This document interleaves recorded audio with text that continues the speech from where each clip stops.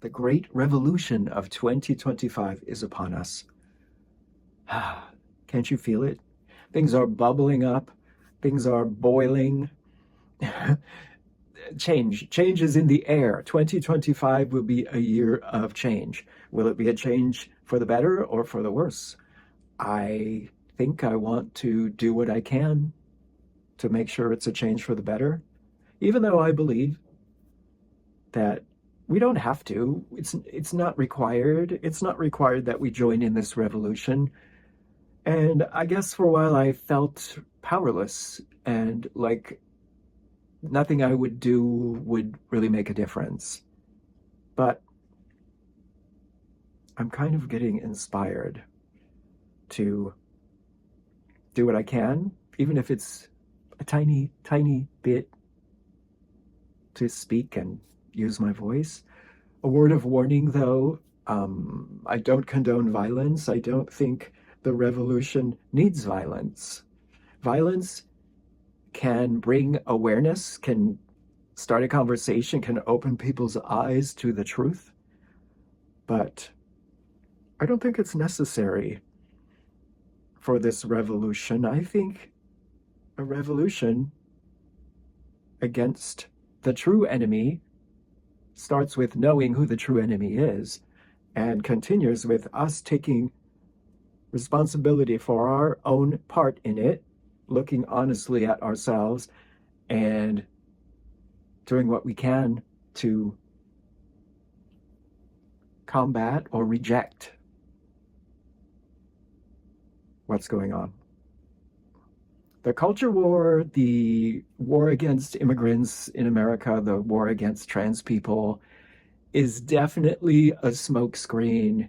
It is designed to distract us and to divide us, keep us fighting with each other and not paying attention to what's really going on, which is the super wealthy. The politicians are in bed with the super wealthy. The super wealthy have hijacked our democracy, and it's basically legalized bribery the way the American political system operates and economic system. And people are waking up to that. Recent events have really opened my eyes and opened a lot of people's eyes to the inequality and the deliberate widening of the wealth gap that is going on. And it's time for us to stand up to that. First, of course, we have to be aware of what's going on. We have to educate ourselves about the truth. And there's so much information out there about how things really work, how politics really works, how big corporations really work, how politicians are owned by the wealthy, the big donors. It's kind of ridiculous, and it's going to get more blatant in 2025. It's obvious that it's going to get more blatant.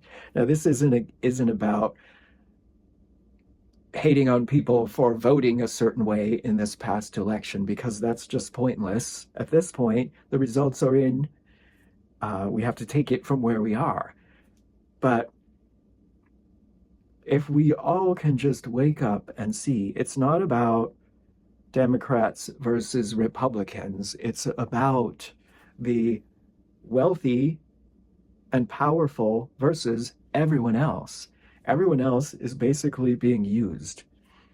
We're little cogs in the wheel, and we are used to make the maximum profit for those shareholders and CEOs and those who have the money. And we need to wake up and see that, first of all. Step one, see the truth. See what's really going on. And step two, self-awareness. See your part. I'm guilty. I'm part of this collective consciousness. I'm part of this society things I have done have contributed to this or have contributed to letting it continue. My own ignorance has contributed to letting it continue. Decorate with me's, shopping hauls, collector videos. They're fine. There's nothing wrong with them. They can be really relaxing and stress relieving. They have their place. But when that's all that I focus on, I'm really selling myself short and I am making myself vulnerable to those who want me to just ignore everything that's going on in the world and not take my power. They don't want us to take our power. They want us to be distracted. So I've really taken a lot of interest lately in videos that explain things like politics, mainly politics, and how it all works. You know, we live in this collective consciousness where we experience what the collective focuses on. And if I can do a little bit toward focusing my energy on making a change, waking up to what's really going on, if I can make any difference, I find that kind of exciting. And, you know, we're here to be and live and enjoy, and that's really important. But we have power we can do both. We can enjoy our lives and we can focus on change.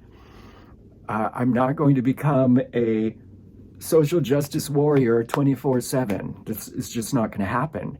But if I can play a little part in this movement, this revolution, which needs to happen or doesn't need to happen, but it's going to happen for the worse or for the better. So if I can focus my energy on changing things for the better, that's interesting and exciting to me.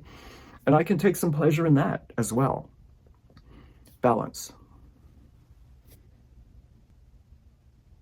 So what I'm trying to say is I've linked below a playlist of videos that I've found helpful, people that are smarter and more eloquent than I am, who can really inspire you, maybe as they inspired me. And we will talk more about what's going on as things progress.